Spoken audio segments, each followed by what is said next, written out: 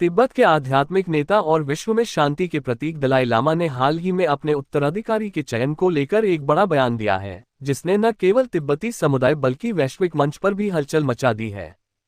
6 जुलाई 2025 को अपनी 90वीं जयंती से पहले 14वें दलाई लामा तेंजिन ग्यात्सो ने स्पष्ट किया कि उनका अगला पुनर्जनन रेनकार्नेशन भारत में होगा और इस प्रक्रिया में चीन का कोई हस्तक्षेप नहीं होगा। इस बयान ने चीन को तिलमिला दिया है, क्योंकि वह तिब्बत के धार्मिक और सांस्कृतिक मामलों पर नियंत्रण स्थापित करने की कोशिश में लगा हुआ है। भारत, जो 1959 से दलाई लामा और तिब्बती शरणार्थियों का मेजबान रहा है, अब इस विवाद में एक महत्वपूर्ण भूमिका निभाने जा रहा है। दलाई लामा का ऐतिहासिक बयान।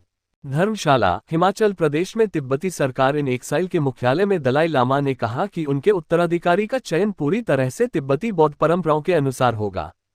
उन्होंने गदेन फोडरांग ट्रस्ट, जो भारत में पंजीकृत है, को इस प्रक्रिया का एकमात्र प्राधिकारी घोषित किया। दलाई लामा ने कहा, कोई अन्य, विशेष रूप से चीन, को इस प्रक्रिया में हस्तक्षेप करने का अधिकार नहीं है। ये बयान न केवल तिब्बती धार्मिक स्वायत्तता की पुष्टि करता है, बल्कि चीन की उस रणनीति को भी चुनौती देता है, जिसमें वह तिब्बत के धार्मिक नेताओं के चयन में अपनी मंजूरी को अनिवार्य बताता है। चीन का तीखा विरोध। चीन ने इस बयान पर तीखी प्रतिक्रिया दी है। चीनी विदेश मंत्रालय की प्रवक्ता माओ निंग ने दावा किया कि दलाई लामा के उत्तराधिकारी का चयन चीन की सदियों पुरानी परंपरा और गोल्डन अर्न प्रक्रिया के तहत होगा, जिसे चीनी सरकार नियंत्रित करती है। चीन का कहना है कि वह तिब्बत के धार्मिक मामलों में अपनी संप्रभुता बनाए रखेगा। हालांकि तिब्बती समुदाय और दलाई लामा ने इस दावे को सिरे से खारिज कर दिया है। दलाई लामा ने स्पष्ट किया कि उनका पुनर्जनन स्वतंत्र दुनिया में होगा, यानी चीन के बाहर और संभवतः भारत में। ये बयान चीन के लिए एक बड़ा झटका है, जो तिब्बत की आध्यात्मिक और सांस्कृतिक पहचान को अपने नियंत्रण में लाने की कोशिश कर रहा है। भारत की भूमिका और कूटनीतिक चुनौतियां। भारत, जो 1959 में तिब्बती विद्रोह के बाद दलाई लामा को शरण देने वाला देश रहा है, अब इस मामले में एक केंद्रीय भूमिका निभा रहा है। धर्मशाला में तिब्बती सरकार इन एक्साइल और गदेन फोडरांग ट्रस्ट की मौजूदगी भारत को तिब्बती आध्यात्मिक नेतृत्व के लिए एक वैध मंच प्रदान करती है।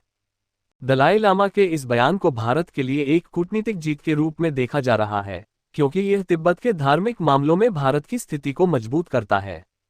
हालांकि ये भारत चीन संबंधों में नई जटिलताएं भी ला सकता है। भारत और चीन के बीच पहले से ही सीमा विवाद और 2020 के गलवान संघर्ष के बाद तनाव बना हुआ है। दलाई लामा के उत्तराधिकारी का मुद्दा इस तनाव को और बढ़ा सकता है। चीन, जो दलाई लामा को अलगाववादी मानता है, भारत पर तिब्बती शरणार्थियों को शरण देने के लिए दबाव डाल सकता है। फिर भी भारत ने दलाई लामा को एक सम्मानित आध्यात्मिक नेता के रूप में मान्यता दी है और उनकी धार्मिक गतिविधियों को समर्थन दिया है। तिब्बत का ऐतिहासिक संदर्भ। 1950 में चीनी सेना ने तिब्बत पर कब्जा कर लिया था और 1959 में तिब्बती विद्रोह को कुचलने के बाद दलाई लामा को भारत में शरण लेनी पड़ी। तब से वह धर्मशाला में रह रहे हैं और तिब्बती संस्कृति और धर्म की रक्षा के लिए काम कर रहे हैं। दलाई लामा ने 1989 में नोबेल शांति पुरस्कार जीता और मिडिल वे दृष्टिकोण के माध्यम से तिब्बत के लिए सांस्कृतिक और धार्मिक स्वायत्तता की वकालत की है। चीन की रणनीति और तिब्बती प्रतिरोध। चीन ने पहले भी तिब्बती धार्मिक नेताओं के चयन में हस्तक्षेप किया है। 1995 में जब दलाई लामा ने 11वें पंचेन लामा को चुना, तो चीन ने उस बच्चे को हिरासत में ले लिया और अपने चुने हुए उम्मीदवार को स्थापित किया। इस कदम की वैश्विक स्तर पर निंदा हुई, लेकिन चीन ने अपनी स्थिति नहीं बदली।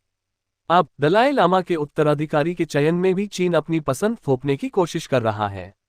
हालांकि दलाई लामा का बयान और गदेन फोडरांग ट्रस्ट की भूमिका ने चीन की इस रणनीति को कमजोर कर दिया है।